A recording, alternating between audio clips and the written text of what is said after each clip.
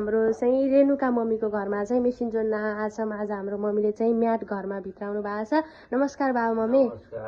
बाबाको नाम गोविन्द प्रसाद रिजाल। गोविन्द प्रसाद रिजाल। मम्मीको नाम रेणु रिजाल। यो ठाउँलाई के भन्छन्? प्रहरी टोल। यो भैरवा सिनपा 12 वार्ड नम्बर 12 प्रहरी टोलमा चाहिँ आज हाम्रो बाबाहरूले चाहिँ यो ओइल म्याट चाहिँ घरमा भित्राउनु भएको छ।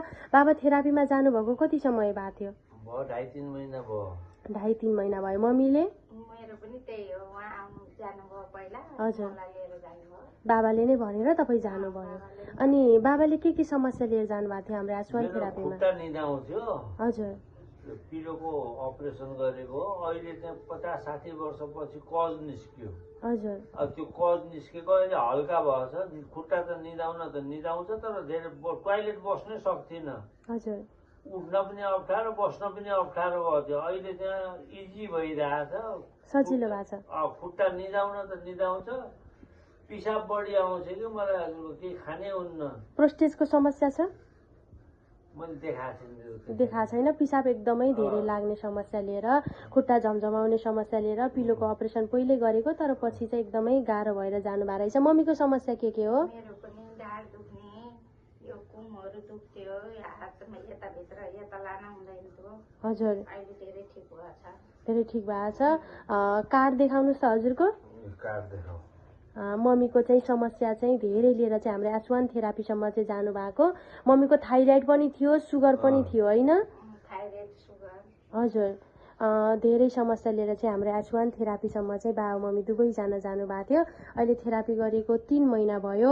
अहिले यो बिचमा हजुरलाई सुधारको प्रतिक्रिया आउने भयो कि भएन? सुधारको प्रतिक्रिया आछ।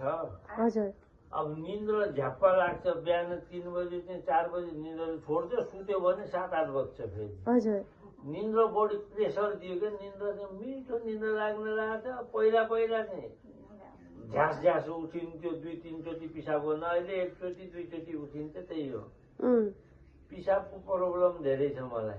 हजुर, अहिले पिसाब चाहिँ पहिला धेरै पिसाब हेर्न राति उठिरहनुहुन्थ्यो, अहिले सन्चो भएको छ? कम भएको छैन, कम भएछ पिसाब। पहिला भन्दा कम भएको छ। खुट्टा तपाईँको झमझमाउन कस्तो छ? खुट्टा त निदाउँछ हजुर, यसरी प्लाटी कसेर बस्नै हुन्न। निदाउँछ। त्यो चाहिँ सन्चो भएको छैन?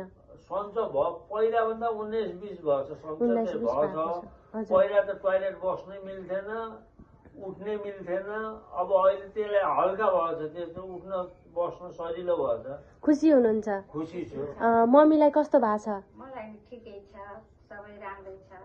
नानी घुँडा दुख्न, ढाड दुख्न, थाइराइडहरू कस्तो छ? ठिकै छ, सबै राम्रो भएको छ। मलाई कन्ट्रोलमा आछ। अनि आज यो म्याट घरमा भित्राउनु भएको छ, खुसी हुनुहुन्छ? सबै खुसी छु नानी। अब सबै परिवारलाई होस्, अब छोरा बुहारी तिनीहरूलाई नै सन्चो नभए यसैमा सुते ठिक होला। हामी बुढाबुढी पनि अब कमजोरी भइयो, यसैमा सुतौँला, ठिक होला। त्यही विचार गरेर चाहिँ हजुरले चाहिँ आज यो म्याट चाहिँ भित्राउनु भएको छ। खुसी पनि हुनुहुन्छ। अनि त्यहाँ हाम्रो आउने सेन्टरमा आउने बाबा मम्मीलाई के भन्न चाहनुहुन्छ? आशा गर्नु, आशा चाहिँ विश्वास गरेर गर्यो भने सबै चिज ठिक हुन्छ। हजुर, विश्वास चाहियो। घर परिवारलाई हुन्छ, हजुर, होइन र? लिएपछि आफूलाई पनि भयो, घर परिवारलाई पनि भयो। पैसा भन्ने केही ठुलो कुरो होइन। आँटेपछि पुर्याउनुहुन्छ भगवानले। सबैलाई सन्चो होस्, विश्वास गर्नु पर्यो। सबभन्दा पहिला विश्वास हो। अरूलाई नि लियो भने सन्चो हुन्छ। हजुर, सबै राम्रो हुन्छ। नियमित रूपमा आउनु होला, भएसम्म लिनु होला भन्नुहुन्छ।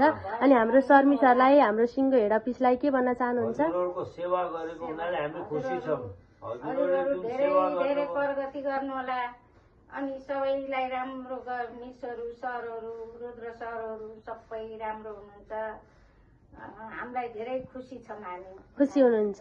ल, नियमित रूपमा प्रयोग गर्नु होला। हुन्छ, हस्, नमस्कार।